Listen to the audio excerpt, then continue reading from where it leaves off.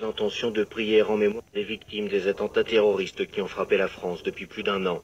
Cette étape dans l'église principale des catholiques français de Rome, de symbolique, mais aussi un geste de reconnaissance envers le pape François et l'église de France dans l'épreuve que vit le pays, comme l'a expliqué François Hollande à sa sortie d'église. Le pape, après la terrible épreuve qui a été l'assassinat du père Hamel, venant après les attentats de Nice, a eu des paroles qui ont été très réconfortantes.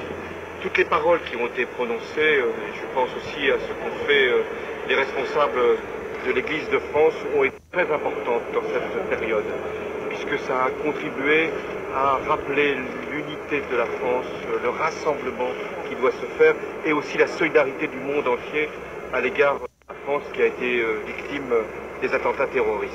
Lors de l'entretien que le président français a eu avec le pape par la suite au Vatican, la question des chrétiens d'Orient, dont la France est traditionnellement la protectrice, celle du Proche-Orient et des réfugiés ont été également abordées. François Hollande, en se rendant auprès du pape et de la communauté catholique française de Rome, a voulu adresser un message au nom de tous les Français, car, comme il l'a rappelé, quand une église est frappée, c'est la République qui est profanée. C'est très important que je vienne dire au pape combien nous étions sensibles aux paroles qui ont pu être prononcées, à l'action qui est la sienne et qui conforte notre vision de l'humanité. Cette visite de François Hollande, la deuxième de son mandat, apparaît ainsi comme la reconnaissance de l'importance du rôle de l'Église catholique, non seulement en France, mais aussi dans le monde. L'annonce était attendue depuis plusieurs mois. Le pape François institue un dicastère pour les laïcs, la famille et la vie. Il fusionne les compétences du Conseil pontifical pour les laïcs et du Conseil pontifical pour la famille, qui seront donc officiellement dissous le 1er septembre prochain. Dans un mot de proprio publié ce mercredi matin, et c'est août, fête de l'Assomption, le pape François explique que les dicastères doivent s'adapter aux situations de notre temps.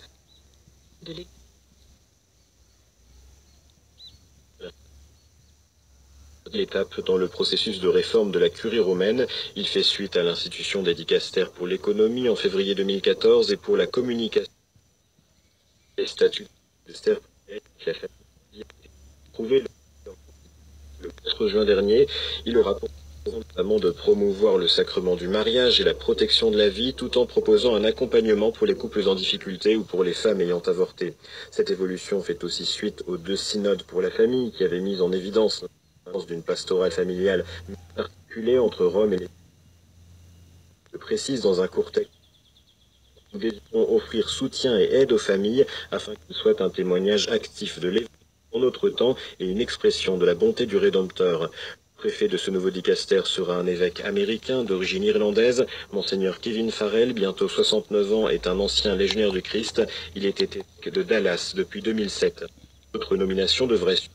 Secrétaire et consulteurs issus du monde entier représentant différents états de vie, ce dicastère étant voué à promouvoir les laïcs en co-responsabilité ecclésiale. Et la création de ce nouveau dicastère crée quelques autres changements au sein de la Monseigneur Vincenzo Paglia, jusqu'ici président pour la famille, a été nommé président de l'Académie pontificale pour la vie et grand chancelier de l'Institut Saint-Jean-Paul II d'études sur le mariage et la famille. Ce même institut Saint-Jean-Paul II a un nouveau président, Monseigneur Pierangelo C. de la faculté de Milan. Mercredi, et c'est sur le miracle de la multiplication des pains que le pape François, sa catéchèse hebdomadaire, Seigneur, foi de la foule et on l'émeut, et sa compassion n'est pas un vague, mais il prend vraiment soin de suivre les disciples à cette compassion, et il doit en être de même pour nous, a affirmé le pape. Les signes que Jésus utilise pour accomplir le miracle sont les mêmes que dans l'Eucharistie, qui réalise l'unité de la communauté chrétienne et qui la soutient. Vivre dans cette communion signifie offrir aux autres le signe concret de la miséricorde et de l'attention du Christ, qui demande à ses disciples de nourrir dans l'unité. Pour plus de précisions sur cette catéchèse, rendez-vous sur notre site internet radiovaticana.va. Un grand moment de fête en perspective pour l'église de Bergame, dans le nord de l'Italie. Le 10 septembre prochain se tiendra en effet l'ordination épiscopale du père Pier Battista Pizzaballa, originaire de la ville lombarde et administrateur apostolique du patriarcat latin de Jérusalem, une charge qu'il a reçue le 24 juin dernier, après 12 années à la tête de la custodie de Terre Sainte. La célébration sera présidée par le cardinal Leonardo Sandri, le préfet de la Congrégation pour les Églises orientales, en la cathédrale de Bergame donc. Sera également présent sa béatitude Foy-de-Toile, patriarche latin de Jérusalem, le 15 juillet dernier. Dans la nuit du 13 au 14 août dernier, un nouveau massacre est venu ensanglanter la ville de Beni, dans l'est de la République démocratique du Congo. Plus de 50 civils ont été tués par des hommes armés, une tuerie dénoncée par le pape François lors de l'Angélus, le jour de la fête de l'Assomption. Les populations de la région, excédées par ces atrocités commises en toute impunité par des éléments armés et incontrôlables, l'inaction des autorités. Nous avons recueilli les membres de la commission justice et paix congolaise qui se souhaitent conserver l'anonymat. Dans la journée de samedi 13 2016, les populations des quartiers périphériques de la ville de Beni avaient aperçu qui ressembleraient aux assaillants. Certains ont été ligotés. Ceux qui se sont échappés ont pu faire des alertes aux autorités après qu'ils aient attaqué par des forces démocratiques du Congo. Ils sont pris la population pour commencer à tuer dans les villages où ils pouvaient déjà. Pour fuite, ils ont aussi tué ceux-là qu'ils venaient d'éviter. Les personnes qui revenaient du champ. Pourquoi Beni précisément et les territoires aux alentours ont été touchés? La ville de Beni, en fait, c'est depuis octobre 2014 qu'il y a des massacres. Ces régions sont toujours attaquées par ces présumés, je dis bien présumés ADF Nalu, et qui se vantent sur la population à la tuer sauvagement. Nous nous demandons pourquoi sur la population et pour quel motif. Sur les raisons de ces massacres-là, ces gens qui tuent la population n'ont jamais posé un acte de revendication, rien dit comme message qui serait le mobile de ce massacre-là et qui pourrait permettre qu'on puisse initier avec eux un dialogue pour pouvoir mettre fin à leurs revendications. À l'occasion du 15 août, le pape François a dénoncé le silence honteux de la communauté internationale face au massacre du Nord Kivu. Comment pouvez-vous caractériser la présence de la communauté internationale sur place et qu'attend la population de celle-ci? Merci, un très grand merci pour le Saint-Père d'avoir pensé à nous. Je pense que le Saint-Père a vraiment raison de le dire. En plus que nous avons sur place une présence imposante de la communauté internationale avec une brigade d'intervention rapide qui malheureusement ce dimanche-là est inexistante. Les populations des quartiers environnant la ville visiter leur coin pour se recentrer au centre-ville. Et nous voyions des personnes déplacées, femmes, enfants, personnes âgées, qui se déplaçaient comme des gens qui erraient. Et nous n'avions aucune présence pour les sécuriser. Ni celle de la communauté internationale, encore moins celle des forces armées de la République démocratique du Congo. Le sentiment de la population locale est de se demander à quoi sert finalement la force de la communauté internationale. C'est honteux, avec une telle présence militaire de la communauté internationale, et subir des atrocités aveugles de ces assaillants, personne qui puisse les suivre. Jusqu'aujourd'hui, on ne nous a dit ni qu'on a attrapé un, ni qu'on en a fait prisonnier. La communauté se sent comme abandonnée. Nombreuses populations sont actuellement en exil suite à ces massacres. Quelle est leur situation et où se rend cette population? Il y a beaucoup de populations qui sont à déplacement, où ils espèrent pour sécurité. Ils quittent donc les régions périphériques de la ville de Beni. Malheureusement, ces populations sont sans assistance. La Caritas et la commission justice et paix du diocèse ont besoin vraiment de pouvoir accompagner ces populations en besoins humanitaires urgents, mais aussi pour sécuriser dans les lieux où ces populations trouvent refuge. Nous pensons que dans les jours à venir, elles trouveront refuge dans nos églises paroissiales, de plus que pour pouvoir y passer la nuit. Il faudrait que nous puissions les sécuriser pour éviter que la nuit, les assaillants ne puissent venir encore les déranger, les tuer dans des endroits de refuge. Des propos recueillis par Marie Trella. Et la SACO, la Conférence épiscopale nationale du Congo, a réagi à ce nouveau massacre. Dans un communiqué, les évêques évoquent une tragédie qui vient remuer la douleur des d'une région soumise à des tueries et atrocités à répétition et qui plonge tout le peuple congolais dans le deuil. Il lance un appel aux autorités du pays, garantes de la sécurité des citoyens. C'est justement aux autorités, insistent les évêques, qu'il revient d'initier des actions concrètes pour identifier les auteurs de ce massacre et permettre une enquête indépendante et objective. Le communiqué de la Synco sollicite également l'implication ferme de la MONUSCO. La force onusienne dans la région a contribué à la recherche d'une solution durable à cette tragédie. Et toujours dans le Nord Kivu, 3 agents de la Caritas ont été enlevés voix des agents humanitaires par des hommes armés. Ils auraient été emmenés dans la... 2 journalistes allemands étaient également, mais n'ont pas été. L'un d'eux a toutefois été blessé à la jambe. Selon des sources policières, les ravisseurs réclament 20 000 $ américains pour libérer leurs otages. Le convoi se rendait à Mpati, où la Caritas a ouvert une foire agricole en faveur de la population de cette région. Une région où sévissent pas moins de 9 armées, dont des rebelles ougandais. Aucune présence de l'armée régulière ou de la MONUSCO était présente dans la zone de l'attaque, ont déploré plusieurs sources locales. Mettre fin aux violences qui ravagent le Soudan du Sud, c'est l'appel lancé religieux ougandais, lesquels invitent la communauté internationale à intervenir au plus vite dans le pays voisin. Le Soudan du Sud, plus jeune État du monde, est en proie à une guerre civile depuis 2013 entre les forces du président Salva Kiir et celles de Riek Machar. Les 2 parties ont signé un accord de paix à grand-peine en juillet, mais les combats se poursuivent sur le terrain et les plus civiles. Plus d'1 million de personnes auraient ainsi gagné les pays, sans compter les 1,6 million de déplacés qui ont trouvé refuge dans des camps à l'intérieur même du territoire.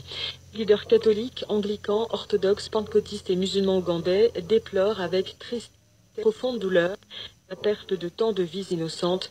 Ils prient avec instance la communauté internationale qui est en son pouvoir pour garantir la réconciliation dans ce pays meurtri et fournir aide et assistance médicale aux populations en détresse.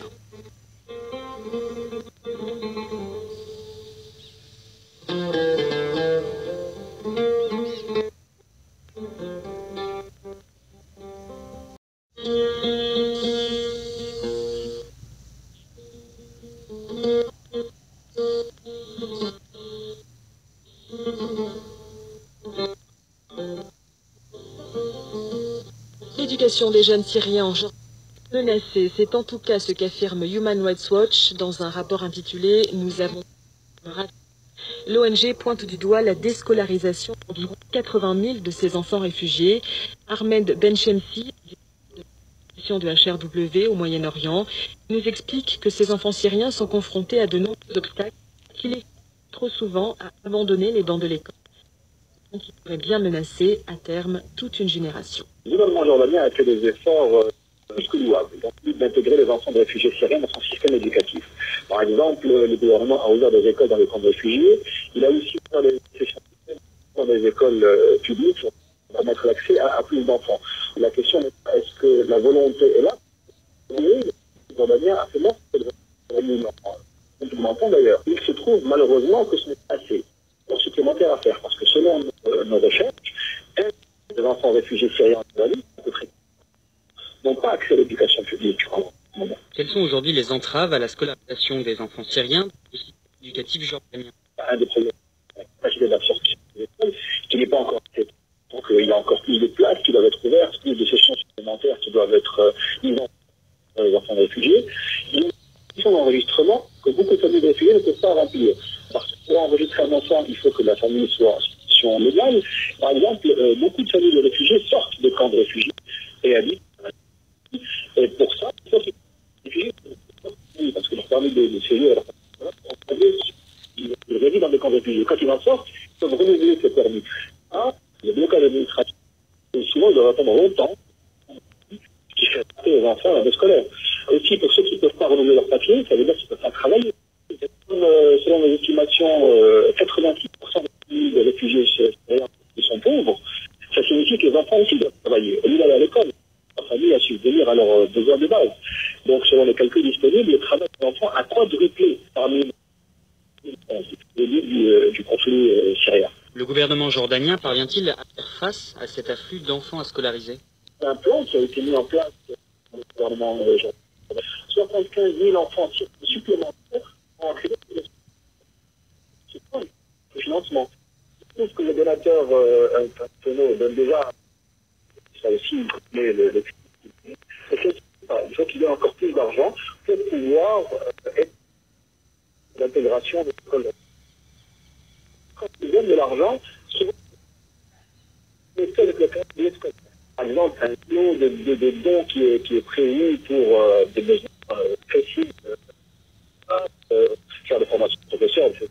Mais tu arrives au milieu de l'année ou alors en été, alors que l'année scolaire est déjà terminée. Donc il faut que c'est nécessaire soit dit au bon moment pour pouvoir accompagner la scolarité des enfants qui ont besoin d'être scolarisés. Le nombre de mariages d'enfants en Jordanie est en pleine augmentation. En quoi cela est-il lié au problème de scolarisation? C'était un problème en particulier. Le mariage enregistré pour les femmes syriennes réfugiées en Jordanie concerne les filles mineures. Or, le mariage précoce signifie très souvent, pour beaucoup de filles qui sont mariées, là, beaucoup de parents sont poussés par côté à marier leurs filles plus tôt de manière à avoir du changement à venir. Donc ce sont des conditions de vie difficiles et économiques difficiles qui poussent les filles à faire ces choix, ce qui signifie automatiquement l'arrêt de l'éducation pour ces filles-là, et c'est évidemment. Pourquoi votre appel, en quoi une meilleure intégration des enfants syriens dans le système éducatif jordanien est un enjeu majeur pour les générations futures? Ça, il le sera tôt ou tard. Nous ne pourrons pas être des citoyens actifs qui participeront à reconstruire la Syrie, mais même si le conflit dure encore pendant de longues années et qu'il reste aujourd'hui, ce ne seront pas des citoyens qui seront capables de s'intégrer dans le tissu économique et social jordanien efficacement. Alors, ils le pourraient s'ils avaient reçu l'éducation à laquelle ils ont droit. L'intérêt de la Jordanie, c'est de fournir l'éducation au plus grand nombre d'enfants au-delà du fait qu'ils y ont droit de par la Convention internationale, bien entendu. Le gouvernement jordanien a fait des efforts louables, il doit encore en faire plus avec l'aide et le soutien des donateurs internationaux. Un nouveau responsable à la tête du Chemin Neuf. Il s'agit du père François Pichon, 50 ans, prêtre diplômé en sciences politiques. Il a été élu au chapitre général de la communauté. Le père Pichon succède ainsi au fondateur même du Chemin Neuf, le père Laurent Fabre, jésuite de 76 ans qui se retire après 43 ans de bar. Le Chemin Neuf est une communauté à vocation écuménique rassemblant en son sein prêtres, laïcs et célibataires consacrés. 40 ans après sa fondation, elle compte plus de 2000 membres, bien présents en France. Le Chemin Neuf est également un développement certain en Europe de l'Est, et au Brésil. C'est la fin de ce magazine. Merci de votre écoute et de votre fidélité. Très bientôt.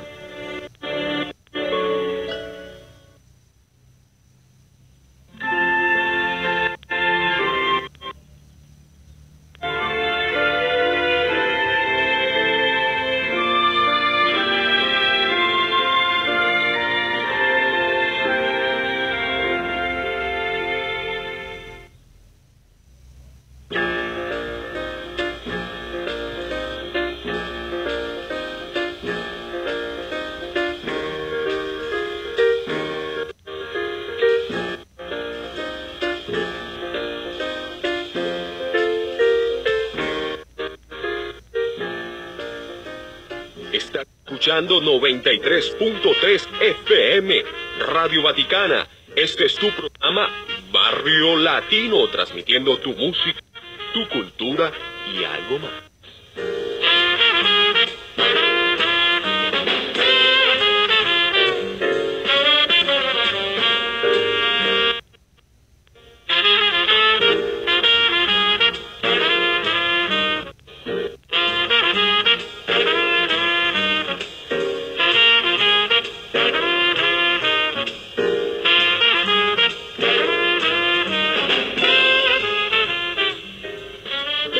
Continuamos ahora, porque han sido en estos días hablando un poquito de música andina, pero ahora vamos un poco con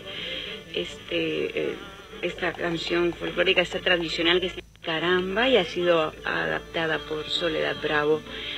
De ahí vamos a escuchar al grupo Intilimani, Atahualpa Yupanqui con Guajira, para irnos con un arreglo de Sikovich, Bailecitos. Ya volvemos. Caramba, mi amor, caramba, lo bello que hubiera sido, si tanto como te quise, así me hubieras querido. Caramba, mi amor, caramba, de invierno triste, mirando caer la lluvia.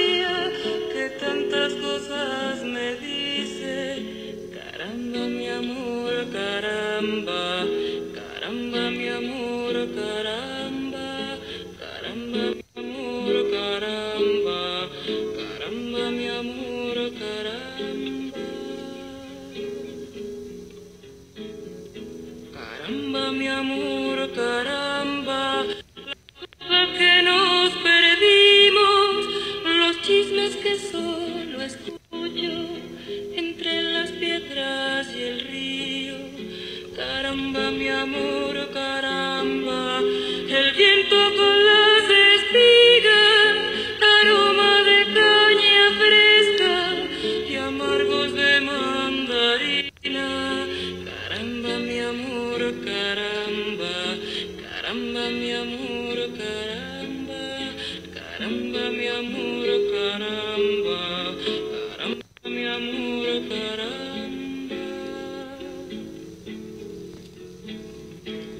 Caramba, mi amor, caramba, lo bello que hubiera sido si tanto como te quise, así me hubiera querido. Caramba, mi amor, caramba, pasar este invierno triste mirando caer la lluvia que tantas cosas me dice. Caramba, mi amor, caramba, caramba, mi amor, caramba, caramba, mi amor, caramba, caramba, mi amor, caramba.